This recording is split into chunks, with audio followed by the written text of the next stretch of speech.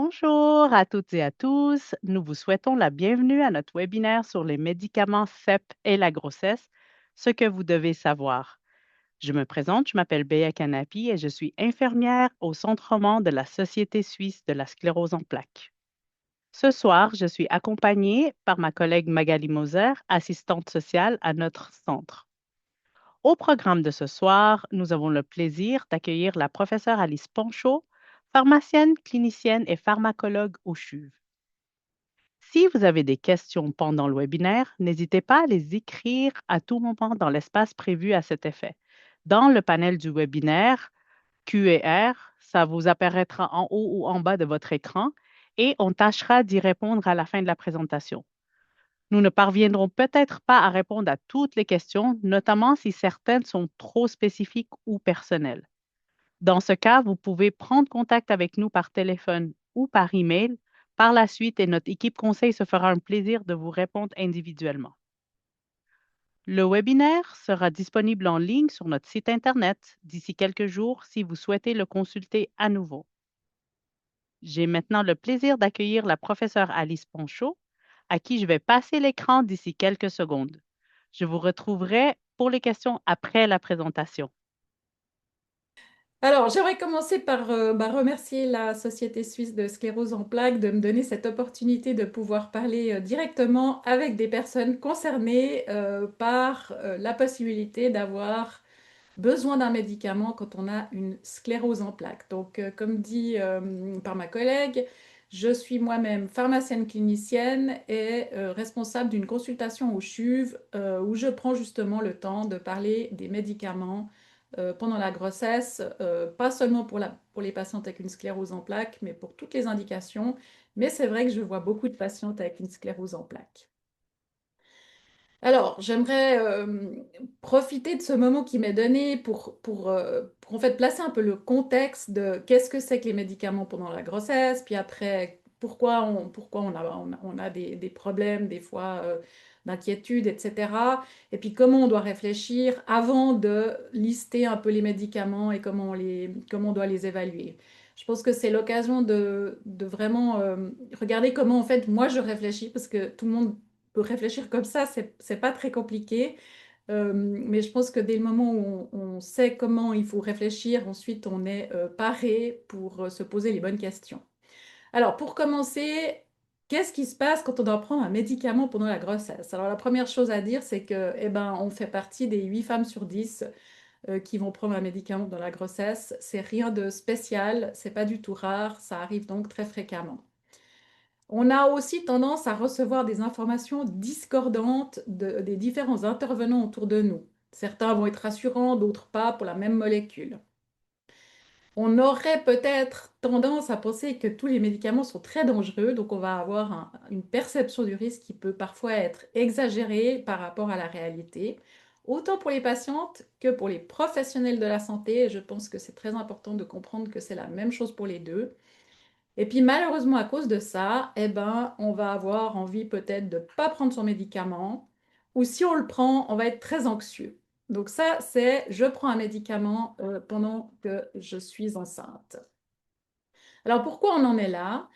En fait, malheureusement, parce que dans les années 60, on a eu une tragédie sanitaire qui est la tragédie de la thalidomide. Il faut comprendre qu'à cette époque, on ne savait pas qu'un médicament pouvait nuire au bébé à naître.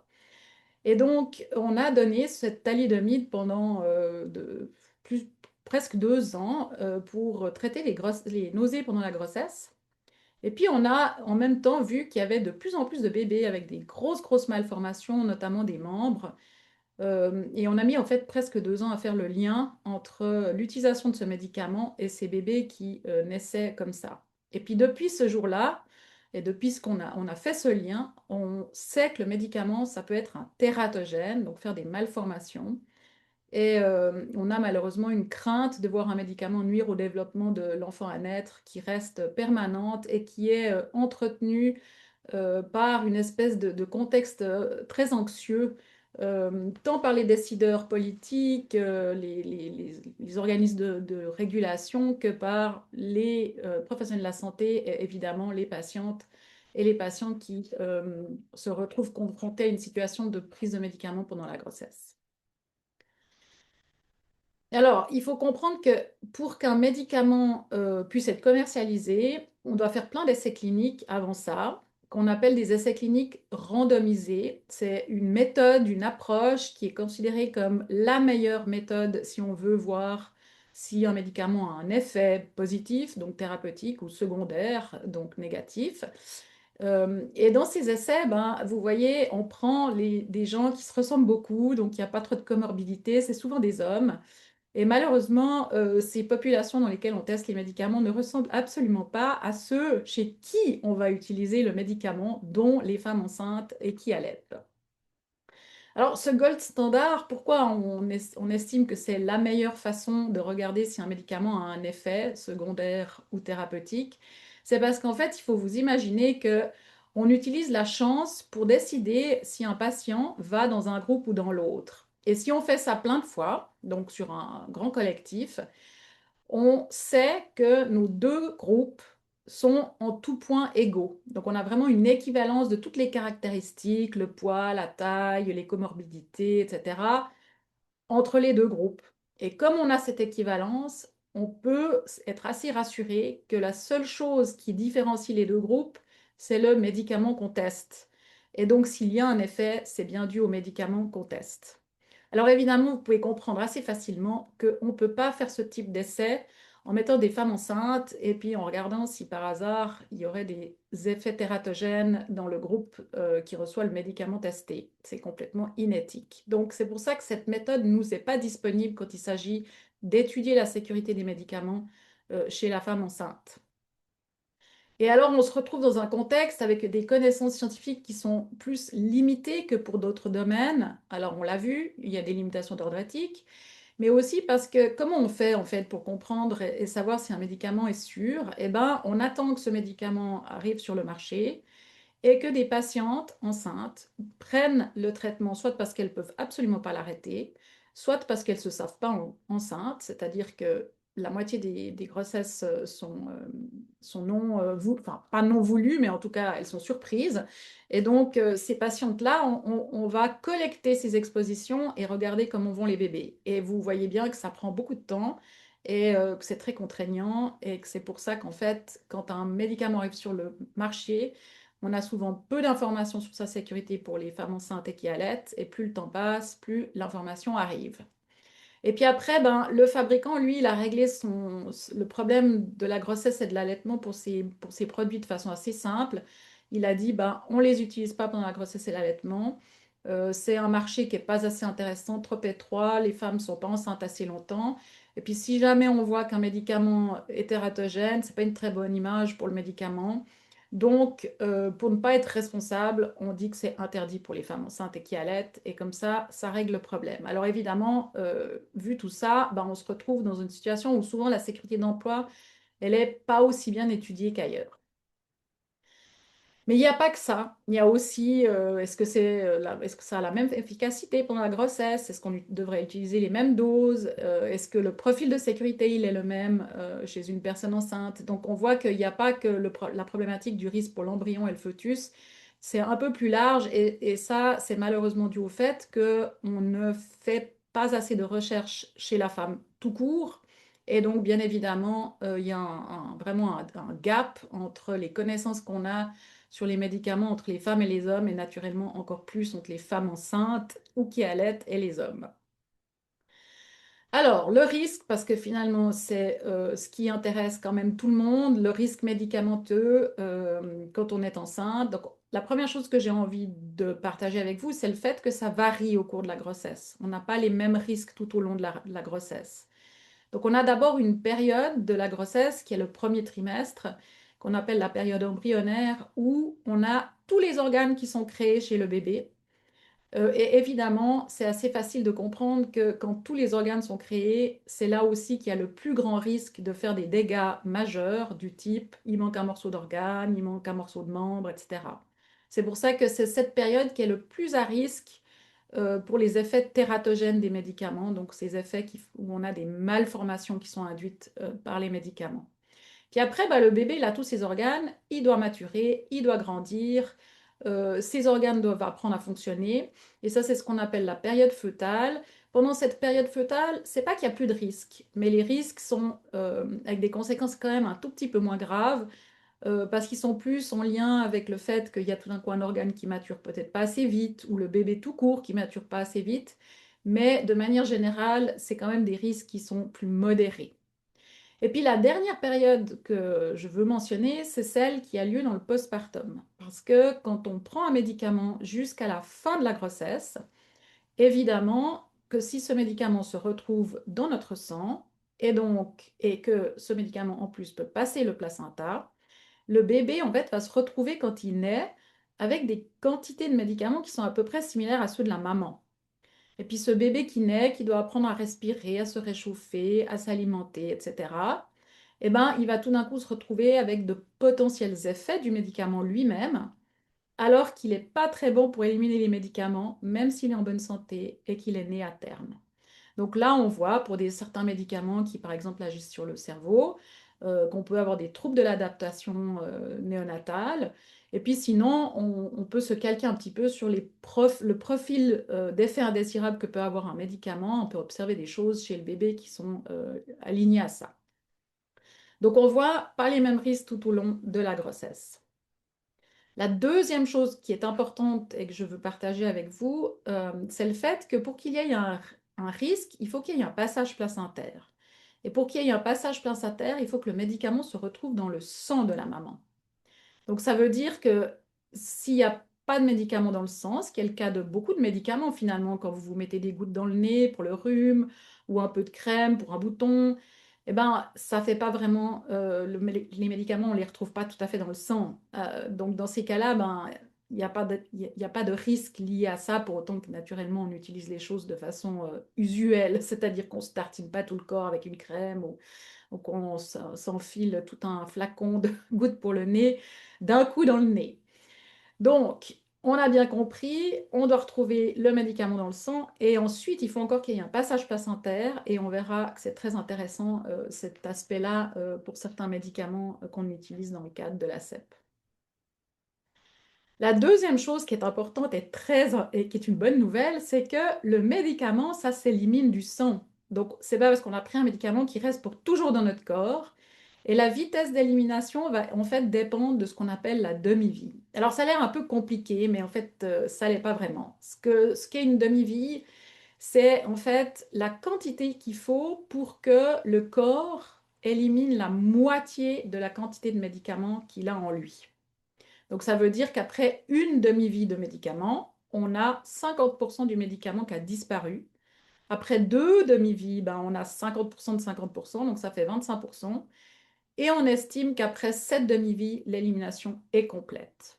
Et ça va être intéressant aussi de se rappeler de ces demi-vies quand on parlera de il faut arrêter le médicament combien de temps avant la grossesse au fond, parce que ça va justement dépendre de ces demi-vies qui sont différentes d'un médicament à l'autre. Et puis finalement, quelque chose que j'identifie beaucoup, c'est la fameuse perception du risque malformatif de base. Si je vous dis, mais c'est quoi le risque malformatif de base? Donc ça veut dire vous prenez 100 mamans qui prennent, enfin 100 futures mamans qui prennent pas de traitement, qui sont en bonne santé. Eh ben, combien il y aura de bébés qui vont avoir une malformation pour ces 100 mamans? Eh ben, souvent, on me dit, zéro, il y aura pas de bébé avec une malformation si on ne fait rien pour qu'il y ait une malformation. Ben, on va voir que c'est pas tout à fait ça. Et la même chose, quand je pose la question de, mais vous pensez qu'avec ce médicament, combien de bébés vont avoir une malformation pour 100 mamans? Eh ben, on a tendance à penser que c'est noir et blanc, c'est-à-dire on ne prend pas le médicament zéro, on prend le médicament 100% de chance, c'est-à-dire 100 bébés exposés aux médicaments in utero vont avoir des malformations. Et ça, c'est pas non plus, c'est des mythes, c'est pas non plus vrai. Alors, qu'est-ce qu'il en est en réalité? Alors d'abord, le risque de base, donc 100 mamans qui ne prennent rien, qui sont en bonne santé, 3 à 4 bébés de ces 100 mamans vont avoir une malformation majeure. C'est la biologie, la nature, c'est comme ça ne marche pas parfaitement à chaque fois. Ensuite, quand on parle de risque tératogène, en fait, ce qui nous intéresse, c'est quoi la différence par rapport à ce risque de base? Est-ce qu'il y a une augmentation de ce risque? Puisqu'on sait qu'à la base, c'est pas 0, c'est déjà 3 ou 4. Et puis là, on a différents niveaux de risque. Pour les quelques médicaments pour lesquels on a observé un vrai risque tératogène, les plus grands tératogènes, c'est 30 bébés exposés in utero au premier trimestre qui vont faire une malformation si la maman a pris les médicaments qui sont listés ici, c'est-à-dire la fameuse thalidomide qui est le facteur déclenchant anxiogène de toute cette histoire, mais aussi par exemple l'isotrétinoïne qui est un traitement de l'acné qu'on prendrait par oral, ou le valproate dont vous avez sûrement entendu parler dans les journaux. Après, on a des tératogènes qui sont à risque élevé, mais ce n'est plus les grands tératogènes. Là, on parle de 10 enfants exposés in utero au premier trimestre qui naîtraient avec des malformations sur 100, mais ça veut aussi dire qu'il y en a 90 qui ne vont pas naître avec des malformations. Donc ça, c'est important de bien voir qu'on n'est pas dans le blanc ou noir. Après, on a des tératogènes avec un doublement du risque. Là, on a quelques antiépileptiques, par exemple, où là, on parle plutôt de 5 à 6 bébés exposés in utero au premier trimestre qui vont naître avec une malformation pour 100 mamans qui prendraient ce traitement. Et ben, dans ces antiépileptiques, vous pouvez bien vous imaginer qu'il y a des mamans qui ne peuvent pas s'en passer. Elles savent que ça augmente un peu le risque de base. Là, on est en train de parler d'un doublement. Elles vont continuer le traitement et on va faire peut-être des examens ciblés sur les malformations qu'on observe avec ce type de traitement. Et puis finalement, on a des tératogènes qui ne modifient pas le risque absolu.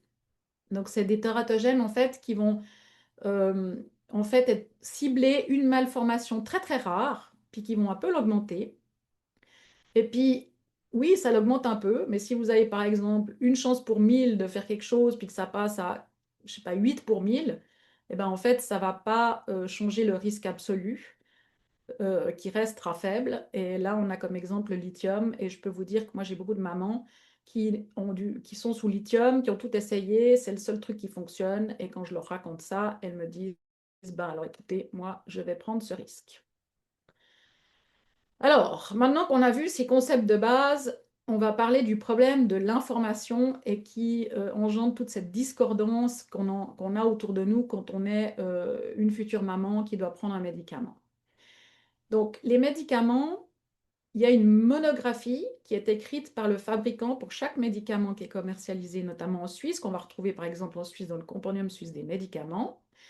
Ces monographies, en fait, elles contiennent un peu les règles d'utilisation du médicament. Donc, comment le fabricant veut qu'on utilise son médicament. Et si on l'utilise comme ça, alors c'est lui qui prend la responsabilité. Et si on ne l'utilise pas comme ça, c'est plus lui qui prend la responsabilité.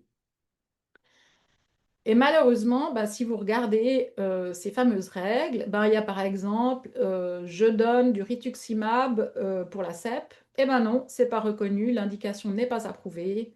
Et donc, on est déjà en off-label. Ça, c'est un exemple dans le cadre de la CEP. Mais l'exemple le plus parlant pour nous ce soir, c'est évidemment les populations qui ne sont pas couvertes par ce cadre établi par le fabricant. Et qu'est-ce qu'on retrouve dans ces populations? Les femmes enceintes ou qui allaitent. Donc, la plupart des médicaments, si vous lisez la rubrique grossesse et allaitement de ces monographies, eh bien, vous allez vous rendre compte que le fabricant suggère de ne pas l'utiliser.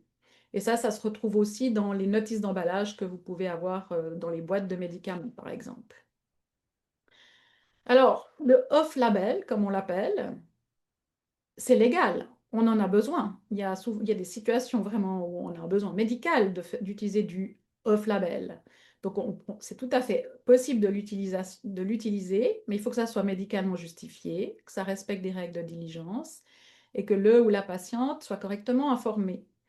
Et donc, en Suisse, prescrire du off-label, ça implique qu'il y ait une justification scientifique très solide derrière, qu'il y ait une information claire qui a été donnée au patient, que la documentation du fait qu'on donne quelque chose off-label est rigoureuse, qu'on surveille la situation et que la responsabilité arrive sur les épaules du prescripteur, de celui qui conseille un médicament. Et c'est là que le problème commence, parce qu'évidemment, là, c'est plus le fabricant qui prend la responsabilité, c'est votre neurologue, c'est votre pharmacien, c'est votre infirmière, c'est votre sage-femme. Alors, si on sait ça, et puis que maintenant on considère que le compendium, c'est finalement la Bible qui est utilisée par tous les professionnels de la santé pour savoir comment on utilise un médicament. Donc, ils vont aller regarder à quelle dose il faut le donner, pour combien de temps, est-ce que j'ai le droit de casser les comprimés, etc., etc. Et la plupart des professionnels de santé ne savent pas que la rubrique grossesse et allaitement du compendium n'est pas une source d'information pour prendre des décisions thérapeutiques, c'est une source d'information qui a plus une connotation légale. Donc on va y trouver finalement une base juridique pour protéger le fabricant. Et cette information, elle est de très mauvaise qualité parce qu'elle est hétérogène. Donc, pour le même médicament fait par différentes firmes, on va se retrouver avec des choses complètement différentes. On a souvent des espèces d'informations, de données insuffisantes, donc très qualitatives, mais qui ne nous donnent pas plus d'infos, donc on ne sait pas qu'en faire.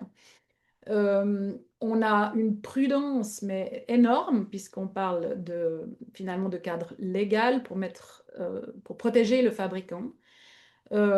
Et puis, bah, ça donne en fait quelque chose qui est ininterprétable, enfin, ou très difficile à interpréter en pratique. Et donc, pour les professionnels de la santé, bah, ça va donner que le professionnel A va interpréter d'une certaine façon et le professionnel B d'une autre. Et ça explique une partie de cette non-cohérence dans les messages qui sont passés aux femmes enceintes quand elles prennent un traitement. Et puis après, bah, enfin, évidemment, si on lit quelque chose qui nous fait peur, on a un risque de surprécaution. Donc, on va vouloir arrêter des médicaments de façon injustifiée, ou on va avoir de la peine à prendre des décisions. Et donc, c'est très anxiogène aussi pour les professionnels de la santé. Et puis donc, ça veut dire quoi? Qu'il y a une dépendance accrue à des sources externes que je vais appeler dorénavant les sources d'informations spécialisées. Alors, c'est quoi ces sources d'informations spécialisées? Alors ici, je vous ai mis l'exemple du centre de référence sur les agents tératogènes de Paris. Pourquoi cet exemple-là? Parce que c'est francophone, c'est en ligne, c'est mis à jour, et puis c'est vraiment fait à la fois pour les patientes et les professionnels de santé, et que je pense que toutes les personnes qui écoutent là ont tout intérêt à connaître en fait ce site, parce que les sources d'informations spécialisées, qu'est-ce qu'elles font? D'abord, elles font une synthèse de tout ce qui existe, de toutes les données. Et puis, s'il y a des études qui sont de mauvaise qualité, elles ne vont pas les pondérer de la même façon que les études qui sont de bonne qualité, et elles vont faire une hiérarchisation très claire du risque entre faible, probable, avéré, c'est-à-dire des fois on a un signal, mais ça ne veut pas dire qu'il y a un risque, mais on peut être un peu plus précautionneux. Voilà. Et puis, bah, ça va permettre l'interprétation clinique. Donc, est-ce que je dois continuer mon traitement?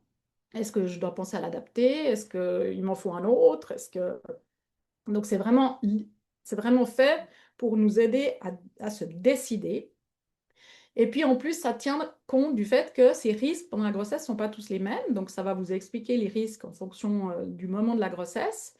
Et puis, s'il y a des alternatives. Et puis, évidemment, mettre dans la balance la gravité de la maladie, puisque c'est un des facteurs très importants ensuite pour se décider si on garde un traitement ou pas.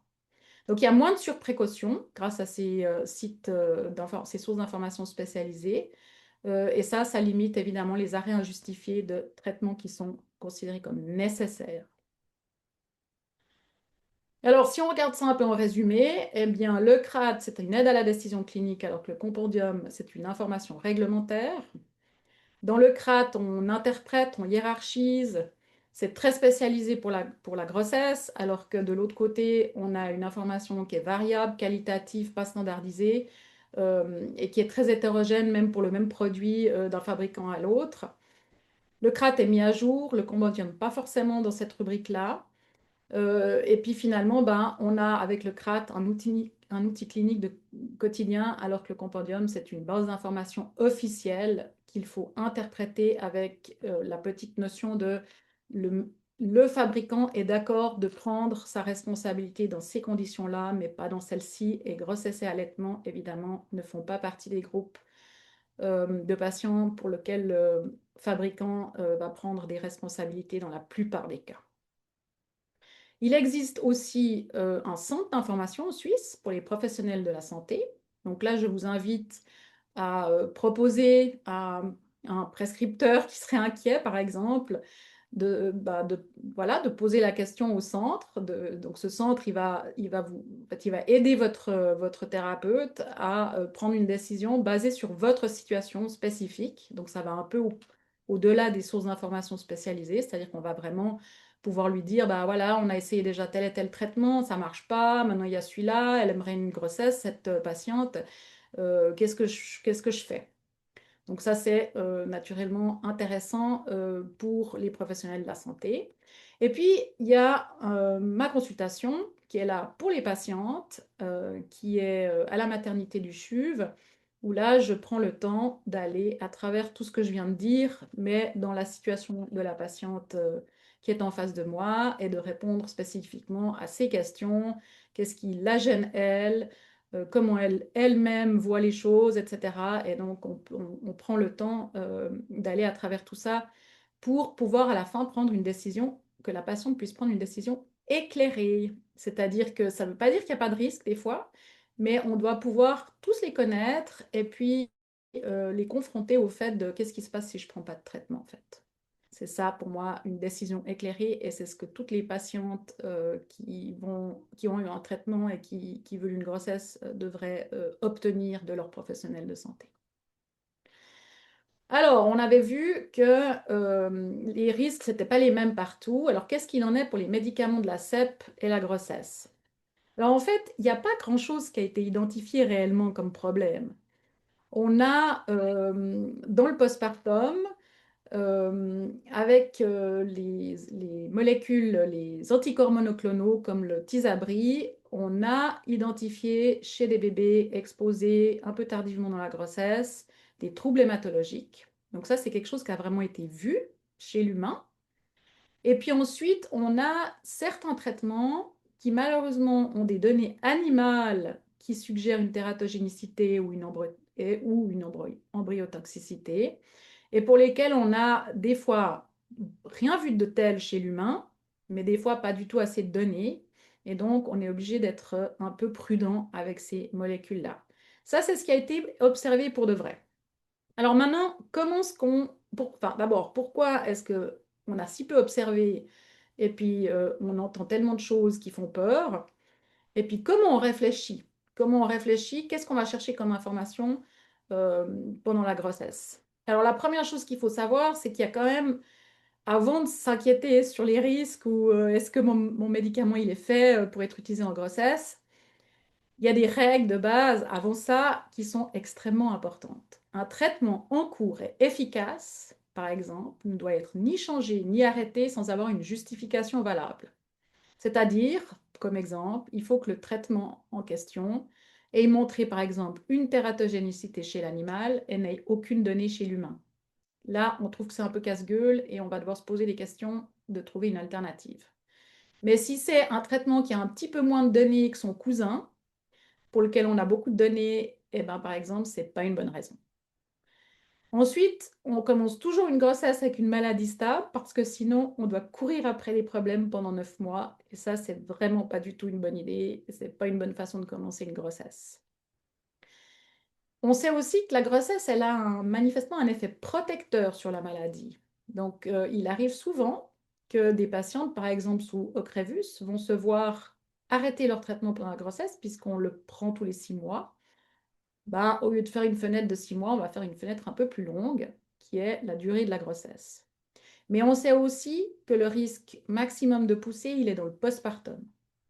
Donc ça veut dire que l'effet protecteur s'en va dans le postpartum et là, on a vraiment des risques de poussée. Donc il faut reprendre le traitement très rapidement dans le postpartum. Et on a l'impression aussi qu'il y a un effet protecteur de l'allaitement qui est observé dans le postpartum.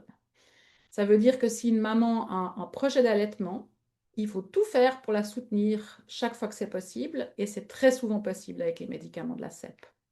Et puis bah, finalement, on en arrive aux évaluations du risque pour la grossesse du traitement.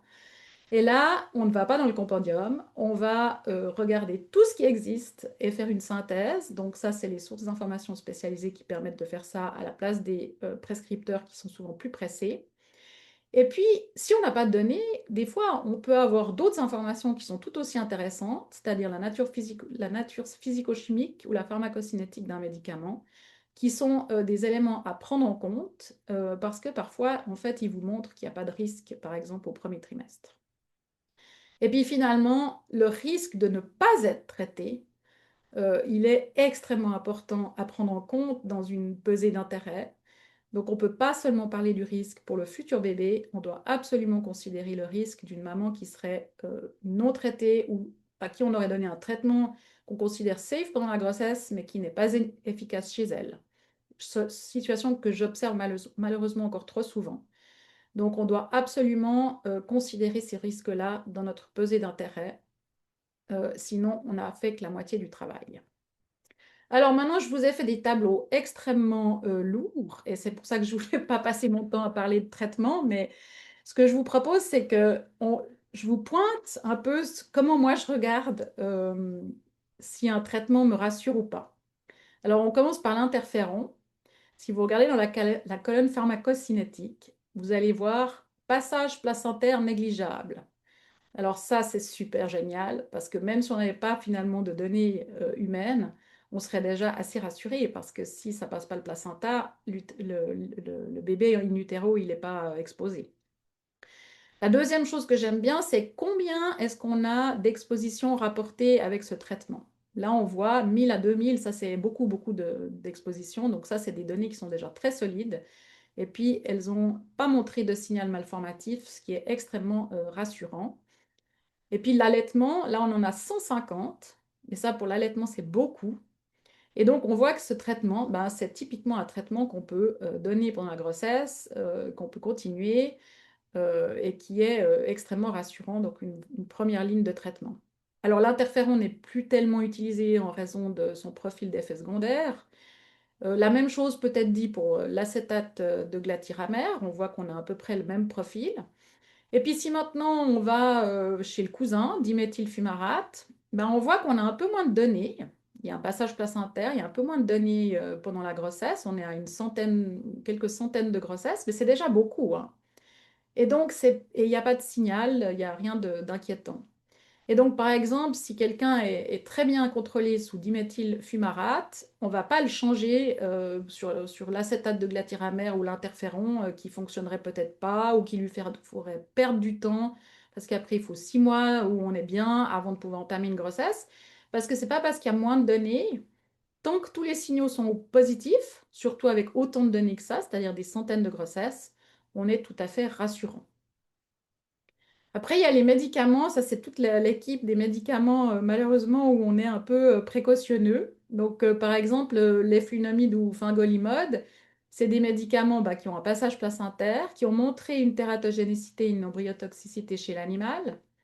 Cette toxicité, elle n'a pas été vue chez les 100 à 200 cas ou plusieurs centaines de cas qui ont été observés chez l'humain. Donc, ça n'a pas été reproduit chez l'humain.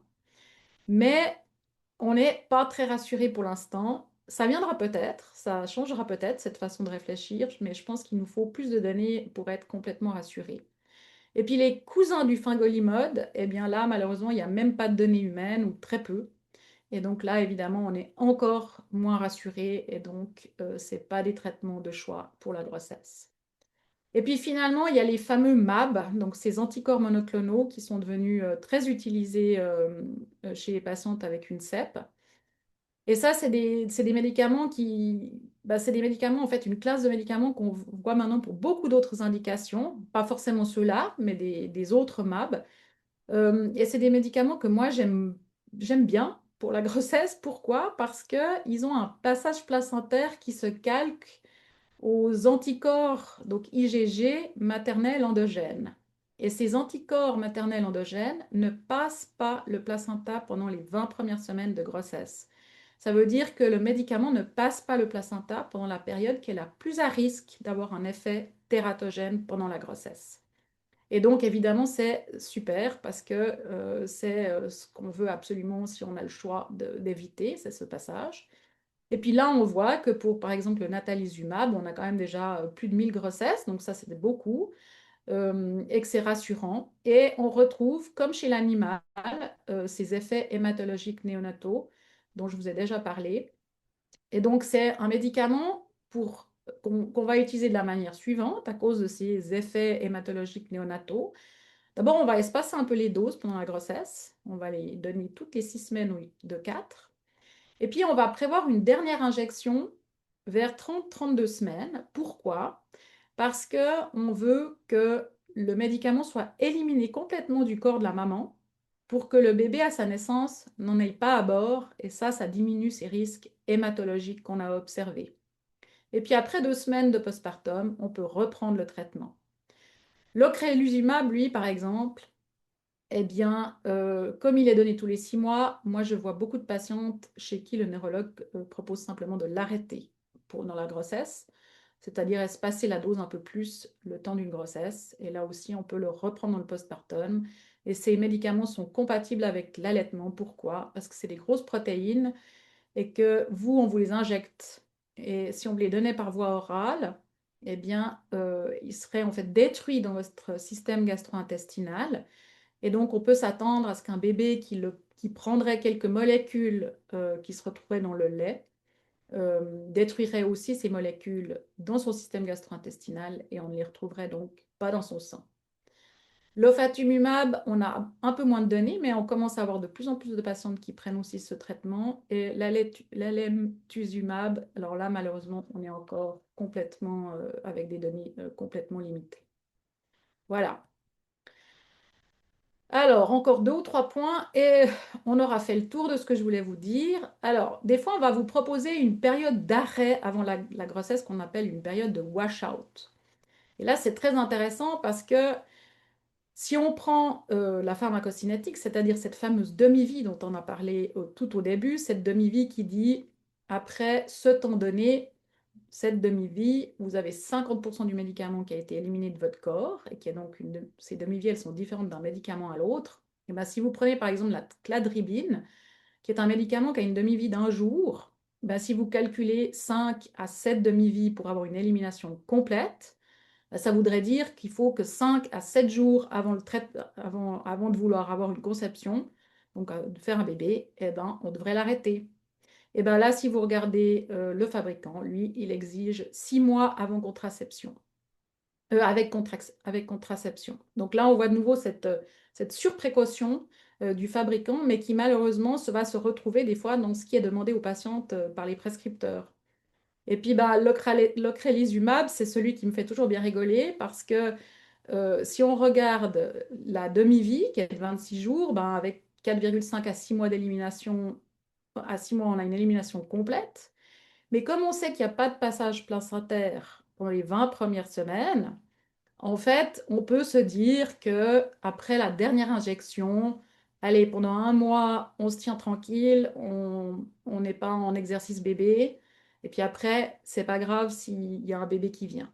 Mais si vous regardez le fabricant, lui, il dit 6 mois avec contraception. Mais comme les injections sont tous les 6 mois, en fait, ça voudrait dire qu'il n'y a aucun moment pour faire des bébés si on suivait ce que raconte le fabricant. Donc, c'est pour ça que l'utilisation des connaissances pharmacocinétiques ici sont très utiles pour que on puisse donner des recommandations qui sont pragmatiques et utilisables pour les patientes qui aimeraient avoir un enfant. Les vaccins pédiatriques, ça c'est aussi quelque chose dont on risque de vous parler.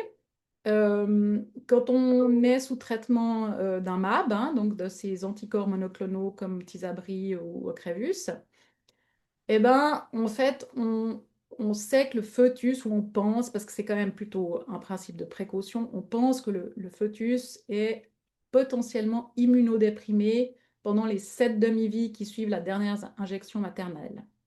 Et pourquoi on s'intéresse à ça? Parce que ça veut dire que, par principe de précaution, on aimerait bien que les bébés ne reçoivent pas de vaccin vivant pendant cette période. Alors, pour être plus clair, j'ai pris l'exemple du Tysabri. Donc le Tysabri a une demi-vie d'11 jours, donc ça veut dire qu'après 12 semaines, on a une élimination complète. Alors imaginez que vous recevez votre dernière injection à 32 semaines de grossesse et que vous accouchez à 37 semaines. Eh ben, il ne faudrait pas que votre bébé reçoive le vaccin du rotavirus, par exemple, avant 7 semaines de vie. Alors normalement, les bébés reçoivent des vaccins à 2 mois, mais il arrive que le rotavirus soit donné des fois dès 6 semaines. Et c'est le seul vaccin vivant qui est donné aussi vite en Suisse aux bébés. parce que les autres vaccins vivants, par exemple rougeole, oreillon et rubéole, on ne les donne qu'à partir de 9 mois de vie. Et donc, on est déjà loin des problèmes de potentielle immunosuppression chez l'enfant. Voilà. J'espère que après tout ça, vous aurez compris qu'une grossesse et un allaitement avec une CEP, c'est possible. Qu'une maladie bien contrôlée, ben, c'est beaucoup mieux quand on débute une grossesse, comme ça on ne doit pas courir après les problèmes. Qu'il y a des nombreuses solutions thérapeutiques qu'on peut utiliser pendant la grossesse et l'allaitement. Que tous les discours discordants que vous allez entendre, c'est sûr que vous allez les entendre, je peux malheureusement rien faire contre ça, vient du fait qu'on utilise ces médicaments off-label. Donc, c'est très anxiogène pour les professionnels de santé, ça c'est une chose. Mais s'ils ne savent pas qu'il existe des sources d'informations spécialisées, ils vont s'intéresser à ce que raconte le compendium. Et le compendium, même pour le paracétamol, ça fait peur. Donc, c'est vraiment une source qui donne l'impression qu'on peut utiliser aucun médicament pendant la grossesse. Donc, il faut inviter ces gens autour de vous à s'informer en utilisant des sources d'informations spécialisées comme le CRAT.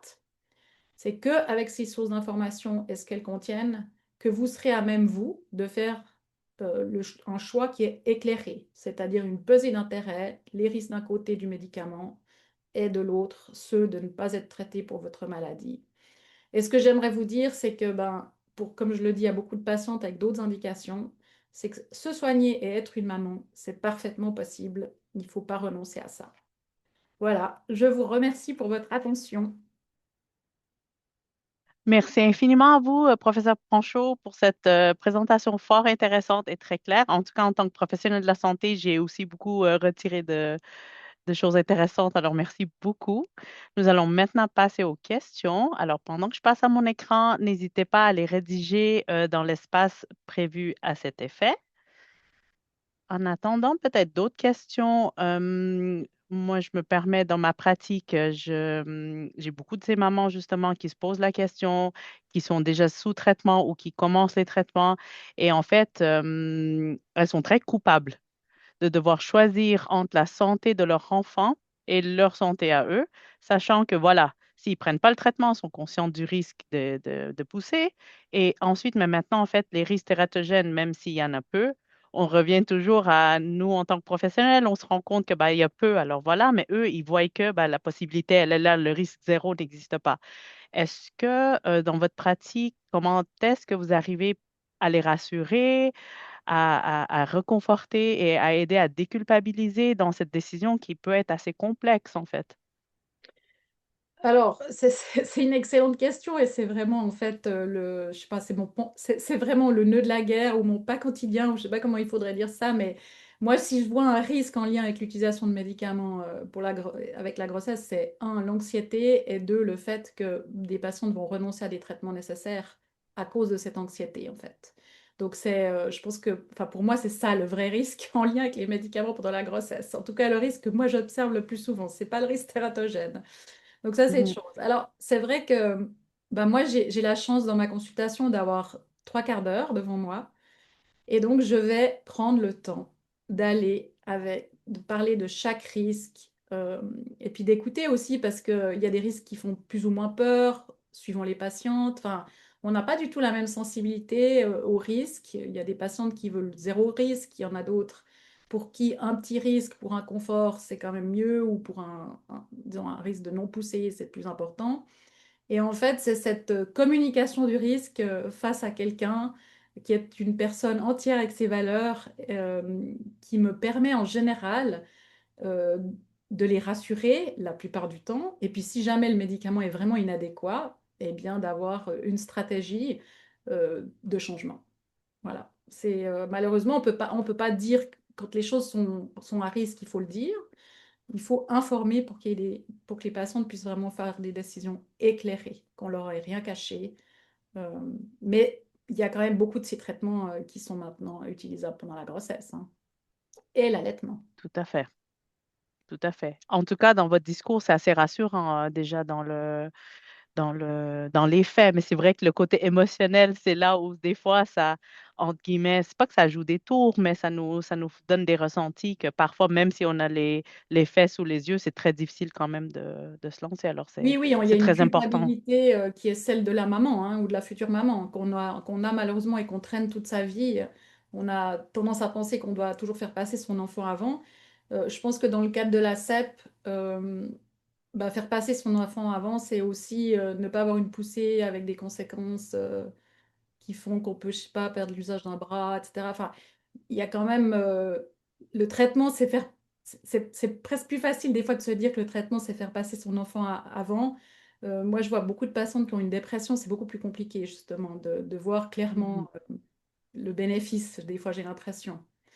Maintenant, je trouve que les jeunes générations, c'est-à-dire que j'ai vu une évolution dans les 10 dernières années. Les jeunes mamans actuelles, disons, ont plus tendance quand même à penser aussi à elles. Et donc, elles ont moins ce côté anxieux et culpabilisé, ouais, de se sentir vraiment coupable de prendre un traitement. Ça, Donc, c'est ça un beau évolue dans le changement, en bon fait, sens. ouais. Mais tant mieux, en fait. On fait déjà assez de sacrifices en tant que maman Oui. comme ça. Je vais juste regarder aussi le panel de questions. Alors, est-ce que vous avez un commentaire à faire sur l'Irica, le prégabalin? Alors ça, c'est plutôt quelque chose, donc c'est une comédication qu'on prendrait pour la douleur. Alors là, c'est typiquement un de ces pauvres médicaments qui a été étudié dans plusieurs études. La première qui est sortie, elle a malheureusement montré un effet. Alors que c'est une étude où le groupe contrôle et le groupe des mamans sous l'IRICA, en fait, n'étaient pas du tout semblables. Et donc, c'est une étude de mauvaise qualité. J'ai participé à cette étude, donc je le sais, mais je pense que l'interprétation qui a été faite des résultats, bah, c'est dommage parce qu'on ne pouvait pas aller aussi loin. Et les nouvelles études ne montrent pas de problème particulier avec la prégabaline, en tout cas pas d'effet tératogène. Maintenant, c'est des traitements, bah, une personne qui prend la prégabaline, c'est ça, ça peut faire dormir. Et donc là aussi, si on l'utilise jusqu'au terme, il n'est pas exclu que le bébé à la naissance puisse avoir un petit trouble de l'adaptation. Euh, et donc des fois, ça veut dire plusieurs jours où on met le bébé peau à peau jusqu'à que ça se rétablisse. Et là aussi, l'allaitement est souvent un traitement très utile pour ces troubles de l'adaptation. Merci beaucoup pour cette réponse. On a une question pour le déméthylfumérate qui, pour la personne, semblerait-il qu'il y a une demi-vie de 24 heures. Alors, si cette personne arrête le traitement, elle se demande donc, si elle a bien compris, c'est éliminé d'environ 7 jours parce que, elle aurait un transfert embryonnaire dans le cadre de PMA et elle peut arrêter le médicament dans ce cadre-là. Est-ce que ça vous semble OK ou c'est trop Alors, peut-être? ouais, le diméthylfumarate, la demi-vie de la molécule mère, c'est encore plus court. Mais effectivement, il faut prendre en compte d'éventuels métabolites qui seraient actifs. Alors là, vous m'avez dit qu'elle parle de combien d'heures là? Elle parle de 24 heures. Ouais. Alors il faudrait juste vérifier ça dans le compendium, mais si c'est 24 heures, ça veut dire qu'un arrêt 7 jours avant, euh, c'est euh, c'est une attitude très précautionneuse, quoi. Donc oui, en effet. C'est comme ça qu'il D'accord, faudrait faire, c'est arrêter à 5-7 demi-vies avant le transfert. parfait.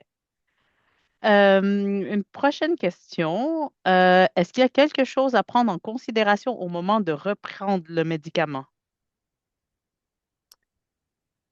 Bah alors ça va dépendre des fois un petit peu de comment on a réagi la première fois qu'on nous a donné le traitement. Peut-être que si on reprend le traitement après une longue pause, on pourrait imaginer qu'on puisse de nouveau avoir des effets indésirables du même type. Des fois, Mhm. on a des effets indésirables aux premières ou deuxièmes injections, par exemple, de MAB. Il n'est pas exclu que ces effets indésirables qui ensuite disparaissent puissent être de nouveau là quand on l'a arrêté pendant un moment. Sinon, ce que j'ai envie de dire, c'est que souvent, par exemple, pour ces injections-là, donc on doit aller à l'hôpital, on doit faire une perfusion pendant plusieurs heures, et puis on vous donne aussi des autres traitements avec ça pour éviter les effets secondaires. Donc c'est souvent un antihistaminique, un corticoïde. Et puis là, j'entends des mamans à qui on leur dit, ben, vous devez faire une fenêtre d'allaitement. Vous ne pouvez pas allaiter votre bébé pendant ce temps. Eh bien, en fait, non, c'est pas vrai. Et puis, c'est très, très peu praticable finalement, parce qu'un bébé qui aurait 2 semaines, il peut avoir envie de téter toutes les heures. Et donc, là aussi, j'invite les mamans à prendre leur bébé avec elles et de ne pas se poser trop de questions sur les problèmes des traitements concomitants qui sont tout à fait compatibles avec l'allaitement aussi. Très bien. Bon, mais merci beaucoup pour cette réponse assez complète aussi. Je vais regarder s'il reste des questions. Alors, on voulait savoir en fait comment ça fonctionne votre consultation. Ça veut dire que est-ce que si on a déjà un neurologue, si on n'est pas suivi au CHUV, hein, par exemple, est-ce ils ont déjà un neurologue? Est-ce que c'est sur demande du neurologue ou est-ce que Ah oui, c'est le médecin qui doit référer. Donc, bon, moi, au départ, j'étais là pour disons, les patients de suivi au CHUV, évidemment, mais les bien sûr. neurologues de ville commencent à m'envoyer des patientes parce que, bah voilà, mais c'est vrai que ça leur fait gagner quand même aussi du temps. Parce que ça prend du temps de parler que du médicament. Et puis, bah, mes collègues, que ce soit en gynéco ou bien les neurologues, bah, ils font toutes sortes d'autres choses pendant leur consultation. Donc, ça rend service d'avoir quelqu'un qui se concentre que là-dessus. Et oui, si le neurologue veut me référer quelqu'un, il n'y a pas de souci. C'est quelque chose qui se fait maintenant de plus en plus, même avec les neurologues de ville. Très bien. Parfait. Du coup, ça, c'est, voilà, ils vous envoient c'est des bons de délégation, un peu comme ça. Oui, je On reçois des vous lettres envoie. où on m'explique un tout petit peu quand même bah, le traitement, l'historique. Parce que par exemple, c'est toujours très intéressant de voir si des traitements n'ont pas fonctionné dans le passé. Parce que ça, c'est tous des éléments d'évaluation aussi, hein. Et puis bon, moi, j'ai souvent aussi les patientes qui vont me dire, mais celui-là, je le supporte pas, surtout pas. Enfin, donc, c'est à la fois les informations du neurologue, mais c'est surtout les informations des patientes qui m'aident beaucoup à faire le tri après. Parce D'accord. elles savent ce qui va et ce qui va pas, elles sont au courant. Ben oui, tout à fait. C'est pour ça que c'est d'autant plus précieux d'avoir, de vous parler, en fait, de vive Ah voix, oui, comme ça. oui. Et j'imagine, c'est pris en charge par la C'est malle. gratuit parce que, en fait, moi, je suis payée par la pharmacie du CHUV et donc il y a pas de, pour l'instant, enfin, en tout cas pour l'instant, il n'y a pas, il y a aucun frais lié à cette consultation. Le seul problème avec cette consultation, c'est que je consulte le mardi parce que le reste du temps, je suis à l'université de Berne. Et donc, il faut être libre le mardi, mais sinon, c'est c'est son défaut, mais sinon, elle est gratuite. Parfait. Ben, excellent, merci beaucoup. Ça, c'est très précieux, j'imagine. Et en tout cas, j'espère qu'on va vous envoyer d'autres personnes suite à ce webinaire. Je vais encore prendre une ou deux questions. Je n'arriverai malheureusement pas à tout répondre. Si pour certaines personnes, votre question n'a pas été répondue, n'hésitez pas à nous écrire par email et on va trouver un moyen de vous répondre par la suite. J'ai une question par rapport à l'allaitement sous Ocrevus et la reprise du traitement 2 semaines après la naissance, alors que l'allaitement protège la maman. Cela lui semble contradictoire avec le Ouais. risque Ouais. élevé de postpartum. Est-ce que c'était Oui. clair pour vous ou bien? Alors, c'est moi qui ai probablement pas été assez claire parce qu'en fait, il y a une espèce de degré de protection. Le degré de protection de la grossesse est beaucoup plus important que celui de l'allaitement. Et en fait, l'allaitement protège. Si on vous prenez une maman qui n'allaite pas dans le postpartum versus une maman qui allaite, on a l'impression qu'il y a un petit peu moins de crise dans le postpartum, mais c'est loin d'être aussi protecteur que la grossesse. C'est pour ça que il faut absolument reprendre le traitement dans le postpartum. Parfait. Et une dernière question, on serre un peu dans le temps, mais on arrive à la toute dernière question. Les hommes dans tout ça. On a parlé beaucoup des femmes et la grossesse. Est-ce que c'est trop long pour aborder en toute dernière question? Est-ce que eux, ils doivent se méfier de quelque chose? Alors, c'est ce qu'on appelle dans notre domaine les expositions paternelles. Alors, l'exposition paternelle, en fait, il y a deux mécanismes pour que ça ait un impact sur une grossesse. Le premier, c'est que un médicament soit en fait ce qu'on appelle mutagène, c'est-à-dire qu'il détruit l'ADN qui se retrouverait dans les spermatozoïdes. Et donc, on aurait des mauvais spermatozoïdes pour faire des bébés. Alors ça serait évidemment pas ce qu'on veut. Et puis l'autre, ça serait une exposition parce qu'on a des relations sexuelles pendant la grossesse. Alors jusqu'à Mhm. aujourd'hui, il n'y a aucun médicament qui a montré un risque augmenté à cause d'une exposition paternelle, donc du papa. Euh, et en plus, dans ces médicaments dont on a parlé, je ne vois pas tellement ceux qui sont mutagènes. Donc là, je crois qu'il faut, on peut être totalement rassurant. Mais là aussi, dans le CRAT, il y a une partie sur les expositions paternelles. Donc c'est aussi abordé dans cette source d'information spécialisée. S'il y a quelque chose, c'est abordé. Donc D'accord. c'est aussi intéressant de faire un check en utilisant ce site. Alors, le site n'est pas que pour grossesse et allaitement. Ils adressent aussi l'exposition Disons, masculine, ouais, l'exposition paternelle. mais c'est l'exposition de la grossesse à travers le fait que le papa donne la moitié de l'ADN et que Tout à celui-ci fait. est détérioré, ça va pas. Mais on sait que en fait, on sait que finalement le matériel détérioré, c'est pas celui qui gagne la course vers vers l'ovule. Ça, c'est une chose. Et puis l'autre, quand il y a vraiment un doute, ce qu'on fait, c'est qu'on attend.